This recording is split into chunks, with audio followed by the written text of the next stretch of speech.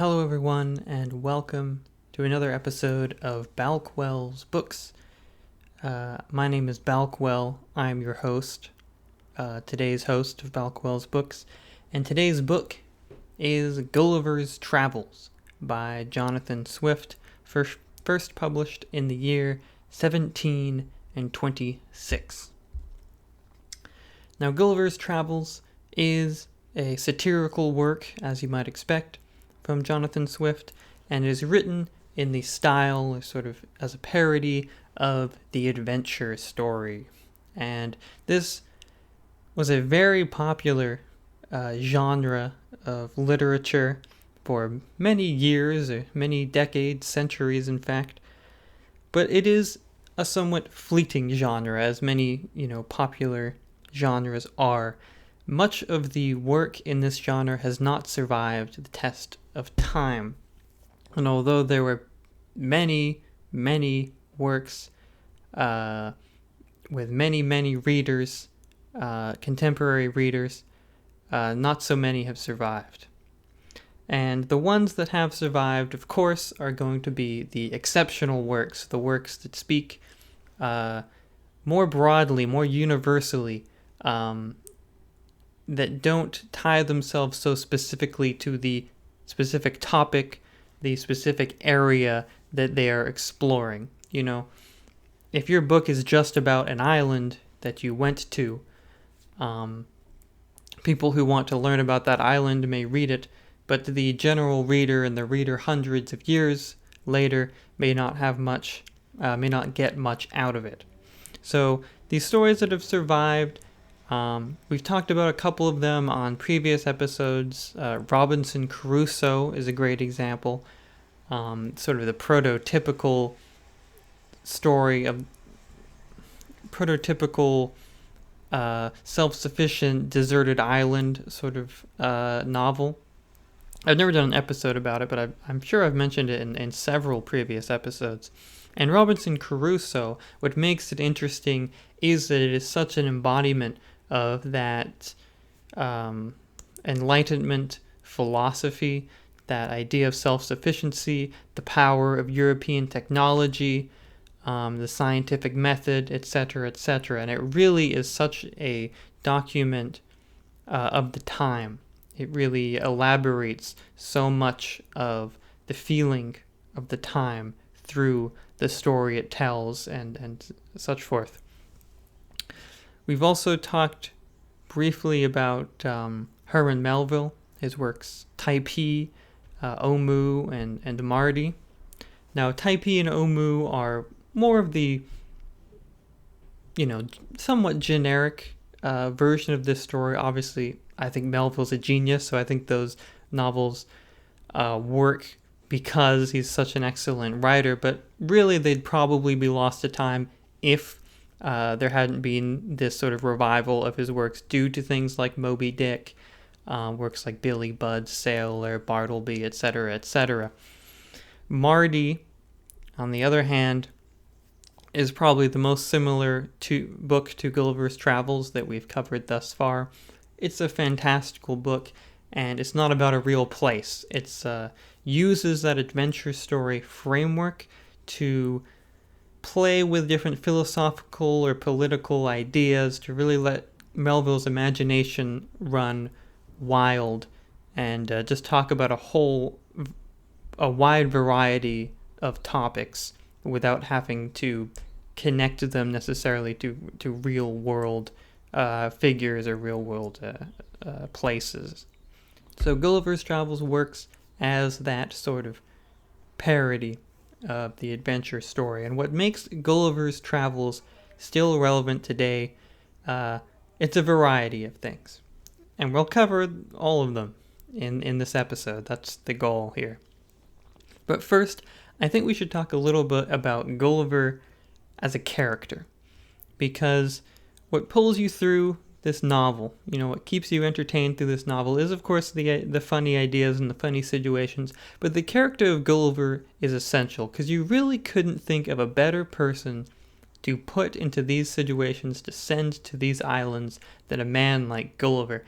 And I think the main reason for this is he's a somewhat ridiculous guy from the beginning. He's just a ridiculous man, and the reason is he has some pomp, and he has dignity. And his dignity might not be well placed all the time, but he has this undying pride in being a human and in being an Englishman. And what's funny here is that, of course, Gulliver is placed in a variety of very non-dignified situations. Sometimes he's a tiny man. Sometimes he's a very big man. Sometimes he's being treated like an animal, or like a mountain.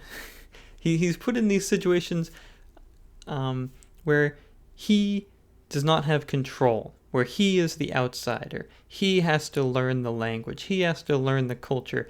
And everyone else there looks at him, like he's just some crazy guy. It's a complete weirdo who has no idea what he's doing. Basically like a baby, learning his first words. Someone that doesn't really belong in the world because he doesn't fit into the cultures he's going to. However, throughout all this, while he doesn't project a lot of pride in his interactions, we can tell from his narration that he does have this pride. And one of the sort of ironic aspects of this pride is his patriotism as an Englishman. Because while he is willing to criticize all the vices of European culture, of European governments, of all these societies, he doesn't want to touch on the English. And he refuses to speak bad about his mother country. However, by continually pressing this point of not wanting to speak bad about his mother country, it sort of reveals something in itself. The omission there reveals a lot about the fact that most of what he's saying applies just as much, if not more so, to the English. Throughout the book, Gulliver goes to these different islands, and at the end of each one, he comes back with a different perspective on humanity. So first he goes to an island where everybody is about 4 inches tall. And by viewing these people who are so tiny, you sort of get a sense of the ridiculousness of their pride, of their dignity. They have this culture that they think is so important and this the center of the world, when really it's this tiny island, like 100 yards by 100 yards. They have no idea what's going on in the rest of the world. They don't know anyone except the people, across a little channel from them. But even with these people, this other kingdom nearby, they're at constant war, and they're at war for these like completely stupid, ridiculous reasons that have basically no meaning to anybody except them. When Gulliver leaves this place, he ends up washing ashore on an island of giants. And so now Gulliver is the equivalent of these 4-inch people relative to the new place. And of course, now all the ridiculousness that was exclusive, at least in the story, that was exclusive to these 4-inch men, is now can now apply to Gulliver as well. And these giants look at him like, who do you think you are, man? You're this little dude, and you're the only little dude in the world. Everyone else is normal sized as far as we're concerned. Of course, we're not going to treat you like you're an actual person. We know as readers, we recognize Gulliver as an actual person, as a part of our culture, and we think our culture is quite important. We think our problems are real. They're meaningful to us. And so we almost start to sympathize, of course, with the little men from before. Now we realize that the giants almost seem ridiculous in their inability to recognize Gulliver as an actual person. And thus our inability to recognize these 4-inch tall people earlier is sort of ridiculed, satirized in that way. And when Gulliver finally escapes from the big island, the island of big people, and meets normal-sized human beings again, he thinks they're tiny, and he's like, his brain is totally blown, all these things that are actually the proper size for him. He's just not used to it. And there's this adjustment period, and it's kind of funny, like the detail and the amount of thought that Jonathan Swift actually puts into Gulliver's situations here is quite hilarious, because he really does think it through to kind of the logical extreme. It's one thing, okay, there's a bunch of big people, you might get stepped on them, whatever. But all these tiny problems, how does Gulliver get clothing? Where does he go to the bathroom? What does he eat? Like, all of these sort of day-to-day things that Gulliver needs to do, Jonathan Swift is willing to explore. And that's part of the comedy of the book, is that it's all played straight. Gulliver is not going there and being like, this is so ridiculous and crazy. He's saying, wow, look at this place. I guess I gotta eat and use the bathroom now. And he's sort of reporting it very matter-of-factly of what is there. He's taking it seriously. He's playing in the genre, As we get to the sort of second half of the novel, the sort of social commentary, the satire present, becomes much more incisive and much more pronounced. These first two islands, they're a little ridiculous. It's a bit of a comedy, and while there's a little bit going on in terms of how we look at humanity at the end of it, it's quite light. In this second half, Gulliver ends up on an island called Laputa, and this is an island where the king lives on a big floating sort of island, I guess. He's sort of floating around, and all the government is on this little island, and they float around and watch over everybody down there and make sure they're doing what they like. And if anyone down there sort of tries to rebel or disagrees with them, they sort of drop the island on them and crush them down, right? So you've got, literally the elites are floating in the sky, looking down from their ivory tower, and they have no practical sense at all. These people, they're scholarly, they're astronomers, they love looking at the sky, and they're so absent-minded that they need servants to walk around with them and slap them in the face when to get them to pay attention to what's right in front of them. Otherwise, they'll just drift off, lose track of a conversation because of all the, daydreaming they're doing. The result of having an elite that act in such a way is that everything on this sort of ground floor, not on the floating island, is in complete disarray. The people up there have these, ideas about how things should go, have these theories, but they don't have the practical knowledge, and so all their rules, all their laws that they make create complete chaos. People don't know how to grow food. They can't produce goods. The whole society is falling apart, and everybody down there sort of looks up to these higher people, these higher-minded people, and so they want to live like them, and everything goes to heck. we also have in this area this academy of people known as projectors. Now, projectors is basically the sort of 18th century term for what we would now call entrepreneurs. So projectors were people who just came up with projects with big plans and got a bunch of people with money to fund them and then tried to do it. So this, like with entrepreneurs nowadays, this could be a piece of technology. This could be a trade idea, like trying to make contacts with another country and do some sort of trade and things like this. And these projectors in the story are quite similar to the modern sort of tech bro entrepreneur who are always trying to disrupt with new technology. And they're saying, well, we've got this industry that does this, this, and this. So let's disrupt it and, do it this other brand new way that has nothing to do with the way it's being done now.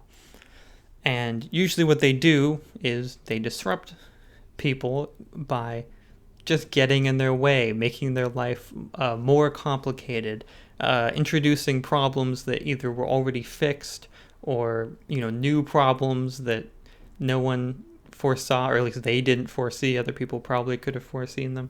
And they're basically reinventing things that work fine or things that could have been tweaked rather than completely, disrupted. Public transit, for example, taxis, hotels, stuff like this. In the story, there's an example of a man who had a water mill on his property. And the water mill, it does what a water mill does. The water goes through it, it, powers the wheel, makes the grain or, whatever. And they come in and say, yeah, you've got this water mill, but what if we made a different water mill? We're going to build it way over here on a mountain, and we've got this brand new technology for water mills, and it's going to be awesome. So they take apart his water mill, they start on the new one, they realize halfway through it's not really going to work, and then they just leave, and now the guy doesn't have any water mill. So we can all sort of imagine situations in the current world that somewhat resemble what's going on there.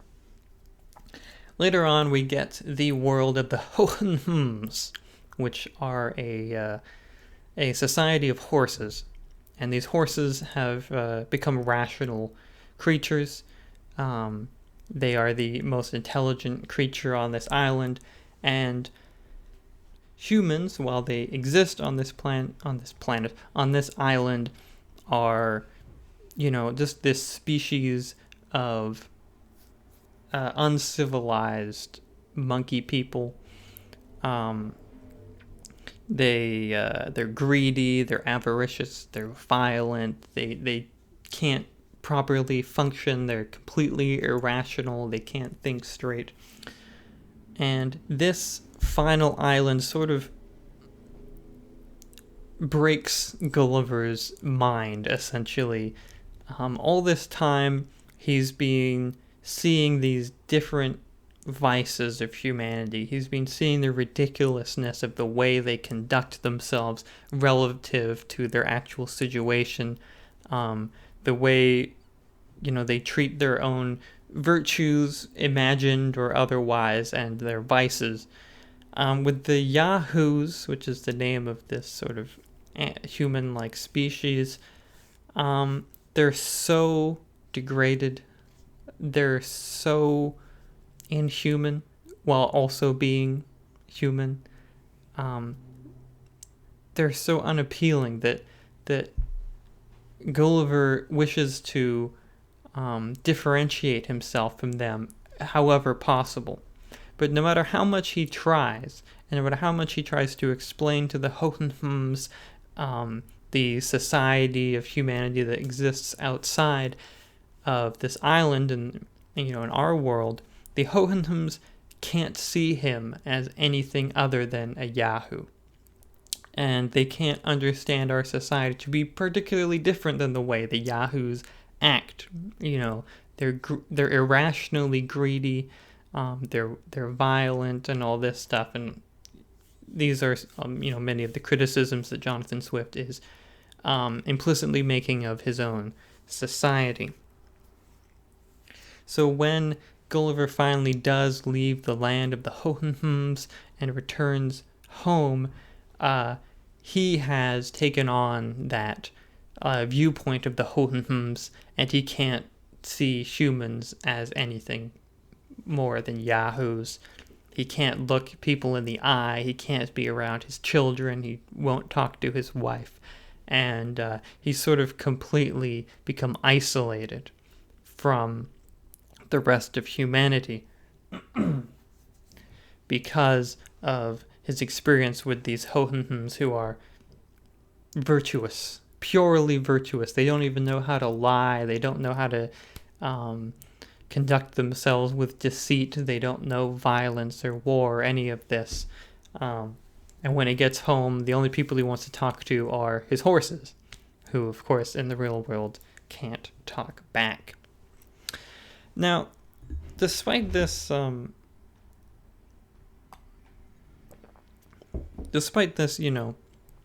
very negative ending, Gulliver's Travels does not feel quite as mean-spirited as maybe it would seem. It's a very funny book. It's quite a light-hearted book, and its criticism, while, somewhat vicious, somewhat incisive, compared to someone like Voltaire, who I find much more difficult to read, because Voltaire, it always feels like he's sitting up here looking down on everyone else, and he has no sympathy for anyone, really. He just goes out on the street like, I don't like you, I don't like you, I don't like that, I don't like this. I could do it, so much better. I'm Voltaire, you're all so ridiculous. With Gulliver, with Gulliver's Travels, Gulliver is a bit of an everyman. He has his dignity, but he's just some guy, and he doesn't really pretend to be any better than anyone else that he's criticizing. He recognizes himself as a yahoo. He understands that all the criticisms being levied against human society are true of him as well. So we get that sort of common sympathy, this everyman character, not someone looking down on us from above. Another aspect is that most of the criticisms are directed at the government, the aristocracy, the nobles, the elites, and it's particular to the way society is run, the way it's organized. It's not saying humanity is completely useless, completely irredeemable. There's this sense that we could change if the people in power were willing to use their power to make life better for people instead of actively making it worse for everyone except themselves, and in so doing often making life worse for themselves at the same time.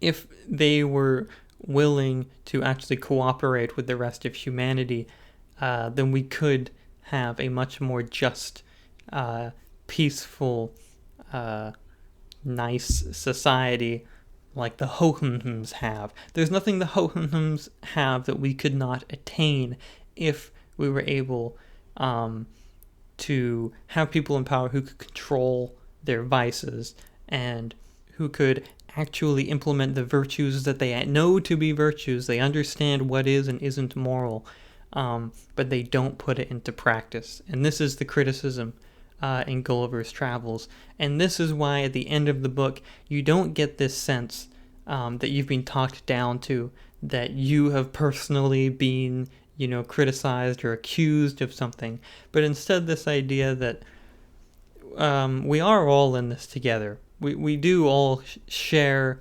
to a certain extent, these virtues and these vices, that as a human being,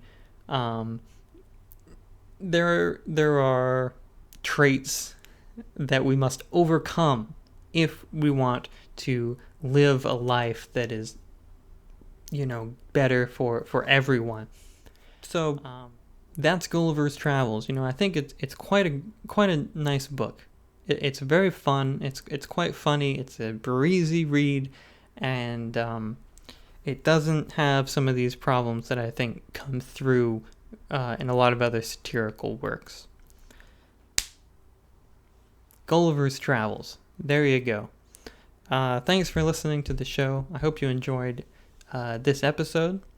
I hope you enjoyed all the episodes. In fact, I hope you enjoy every episode from before or after this one. If you like the show, you can subscribe to it as it's a podcast. You can subscribe to it in all the podcast places. You can find it on YouTube as well, the channel Balkwell. You can visit my website, balkwell.online. The show is hosted there, and I also post nonfiction essays there every 2 weeks. You can check out my novel, Only in Dreams, available on Amazon. I just published that the other month. So take a look at that as well. Thank you for listening. Goodbye. Also, tell a friend about the show. If you think you have a friend who you want to tell about the show, and rate and review it on places where you can do that. Thank you. Goodbye.